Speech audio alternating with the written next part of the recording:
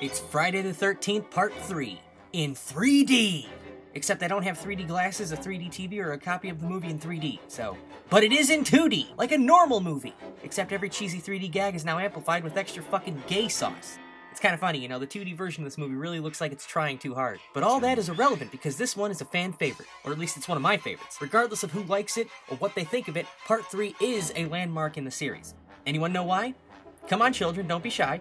I think I know the answer, Mr. Garrison. That's right, it's the movie where Jason gets the hockey mask. Everyone knows Jason by this look. Newborn babies are coming hot out of the womb with already prior knowledge of who Jason is because of the hockey mask. It's that iconic, okay? So Part 3 starts with another long-ass recap of the previous movie. You know, I understand when it's been a full year and you come back for a sequel and don't really remember what happened last, but can't we just have, like, you know, a couple minutes of the recap? Why do we need to watch the last 20-30 minutes of Part 2 again?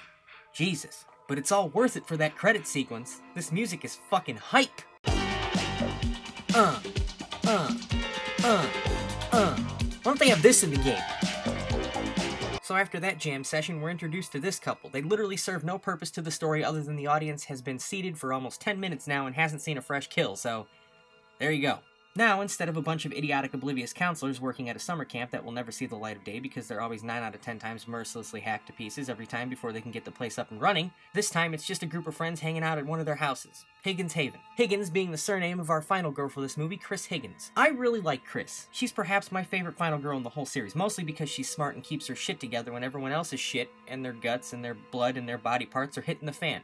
Plus, she's sweeter than average eye candy, if you know what I'm saying. Actually, like, every girl in this movie is something to look at. I can't tell if it was just the 80s that spawned so many ripe, good-looking, slaughterable teenagers, or it's the filmmakers purposely picking the Reese's Pieces out of the trail mix. I don't know. Either way, goddamn. So there's a variety of characters in this movie. You got Andy, the stereotypical pretty boy brunette who you know will try to be a giant macho funny man dickhole. Then there's Debbie, Andy's love interest. She's about as useful in this movie as someone stranded in Detroit with a fried chicken leg. That's pretty useless. Then there's Chuck and Chili. Hi, welcome to Chili's. These guys are actually more useless than Debbie. They're barely in the movie, and literally at one point I forgot that they were. Then there's the resident comedic relief, Shelly. Everyone loves Shelly. He's responsible for a lot of shit.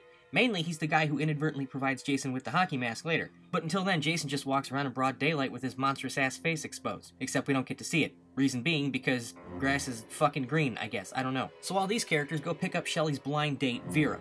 Poor Vera. No, not because of that. Because of that. Surprisingly, save for Chris maybe, with the amount of characterization that isn't in this movie, seriously, we might as well be watching a Potter Puppet Pals episode. Props for understanding that reference. But anyway, surprisingly, I actually like Vera's character. She and Shelly are really the only ones who get some goddamn development past funny fat teen and teen with black hair. Then once they reach Higgins Haven, we're greeted by Rick, our final character, and apparently Chris's love interest, although the guy looks like he's her dad. Unless that's just me. But he looks like a fucking chaperone in this movie.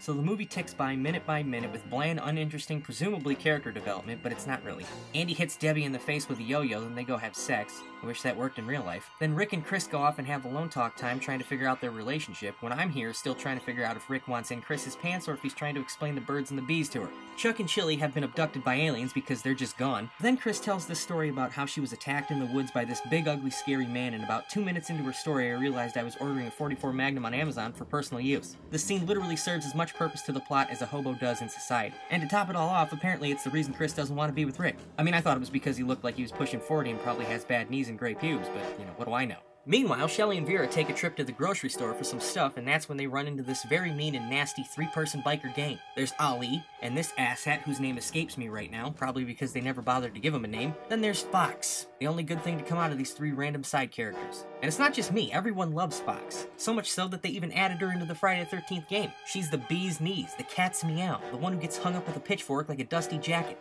God damn. And this nameless asshole dies too, and so does Ali. I assume they added these extra characters in for more deaths because the main cast isn't big enough. This movie broke a cardinal sin and shortened the body count. Although if every movie played by that rule and upped the count every time, by part 8 it'd be like Jason killing everyone in New York. Or enough people to fit on a cruise ship. More on that shit later. Anyway, so let me get into the meat and bones of this bitch, and everyone starts dying. Shelly goes off to investigate a strange sound in the dark because it's the 80s and kids are stupid. Rip Larry Zerner, am I right? Poor Vera is the next to go, but on the upside, we finally get a look at Jason in the hockey mask. By the way, be prepared for every kill in this movie to be directed at the camera. Then Andy probably gets one of the worst deaths in the series. That is just... no. And just in case you were wondering what actually happened to him, since the camera cut away, when it's Debbie's turn, she gets a front row seat to how Jason pulled that trick off before, you know... And holy shit, Chuck and Chili come back. Totally forgot about them. Again, we gotta start clearing the characters off the table, am I right? Make room for Chris's main course chase scene. But before they bite the weenie, Chili discovers Shelly playing another joke on everyone. Haha, Shelly, you're so funny. But it's not a joke, and now we're off to the races. That's when Chuck turns the power off and Chili gets a funny feeling in her gut. Now Chris and Rick return from their long-ass woodland therapy session and discover everyone is missing. Rick goes outside to check and suddenly Chris is left alone. This scene really bugs me. I've never seen Jason before or after this moment do what he's doing here. Holding Rick hostage and keeping him quiet? I get that it's just so Chris won't hear him, but that's not Jason's style at all. He would have fucked Rick's ass up royally the moment he bumped into him. But whatever, he does kill him eventually. In the most insanely stupid way ever, mind you. The 3D effects really cost Rick's death a pretty penny. This could have been a hell of a kill, but instead we get a breakaway plaster head with an Acme spring-loaded eyeball. Fuck off, movie. Just fuck right off. Then Chris makes the rounds and discovers all the bodies and runs her ass around for a bit before putting on her thinking cap and outsmarting Jason not once, not twice, not 3 times, not 4 times, not 5 times, not 6 times, not 7 times, but 8 times. Except it's not over because we're only on the 3rd movie, so... Then hey look, it's Ali! Oh, well, alright. Oh, my mistake. 9 times. And that's it. Chris, having physically thrown herself around for her own survival, walks off a triumphant winner, gets into a boat, and... this seems familiar. Then she falls asleep. Okay. Still kind of feel like something's not quite right. So she wakes up and everything is still fine. I guess nothing will go wrong.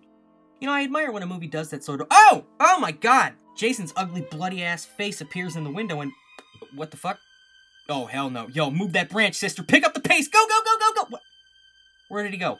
Okay, well, it's clear that Chris is delusional from her traumatic... What in the Filipino French fried fuck is that? Mrs. Voorhees, no longer a headless corpse, takes a page out of her own son's book and drags Chris under the water. That part is... It's really best not to talk about that part. But it was just a dream, I think.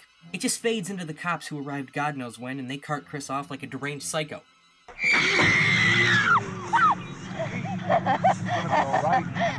That laugh, though.